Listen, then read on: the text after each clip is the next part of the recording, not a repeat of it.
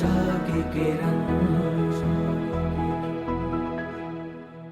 આજકાલ લોકોને સમજાણું છે, હજુ આપણા ધીમી ગતિ છે. વિદેશની ધરતી પર ભક્તો 50-100 માઇલ ઉપરથી પોતાના દીકરાને બાળ મંડળમાં મૂકવા માટે આવે છે. 100 માઇલથી મૂકવા આવે. શું કામ? કારણ કે એણે કપરા પરિણામો જોયા. આપણે તો ગામમાં જ બાળ મંડળ ચાલતું હોય ને તો એમ ન કે જા બેટા તું બાળ મંડળ, એમ એ ન કે જાજી, એમ એ ન કે ઓલું છોકરો રમતો આવી જાય ને ક્યારેક મળી જાય ને લઈ જાય તો વાત અલગ છે.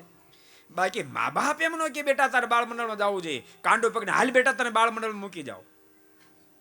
મૂકવા તો કોઈ દી કહે નહીં, કહેતાય નથી.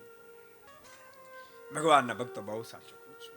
વર્તમાન કાળમાં તો તમે તમારી પેઢીને, તમારા સંતાનોને જો બચાવવા માંગતા હોવ તો બાળ મંડળ અને યુવતી મંડળમાં દીકરીઓને, બાળ મંડળમાં તમારા દીકરાને મોકલજો. તો જ તમારા પરિવાર બચશે સંસ્કારમાં, અને સંસ્કારથી બચ્યો એને સાચા અર્થમાં બચ્યો કહેવાય. જેના જીવનમાંથી સંસ્કાર જતા રહ્યા એના માટે તો ભગવાન સ્વામિનારાયણે દ્વિતીય પ્રકરણની અંદર બહુ અદ્ભુત વાત લખી. મહારાજ કે જેના જીવનમાં ધર્મ નથી ને તો હાલતું ચાલતું ખાતું પીતું શ્વાસ લેતું મળદું છે, મળદું. को पसंद आया हो तो लाइक करें और शेयर करना मत भूलिए.